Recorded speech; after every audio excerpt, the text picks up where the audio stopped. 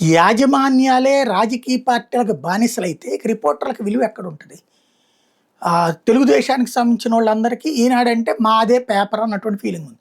అందుకని వాళ్ళకి వ్యతిరేకంగా కాదు, వాళ్ళు కోరినట్టు రాయకపోయినా సరే రిపోర్టర్‌ని బెదిరించేటటువంటి స్టేజ్‌కి ఒక ఎమ్మెల్యే దిగజారిపోయినటువంటి ఉదంతం ఇది.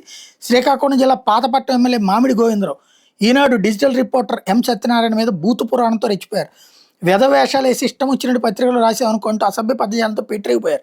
నువ్వేం రాస్తావు చూసుకుందాం నిన్ను వదలనంటూ బెదిరించారు. విచక్షణ కోల్పోయి ఫోన్లో ఇష్టానుసారంగా దుర్భాషలాడారు.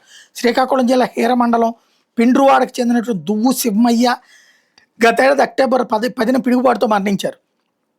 కలెక్టర్ పంపించిన ప్రతిపాదన మేరకు శివమయ్య కుటుంబానికి 4 లక్షల పరిహారం మంజూరు చేస్తూ సీఎస్ జి సాయి ప్రసాద్ గురువారం ఉత్తర్వులు జారీ చేశారు.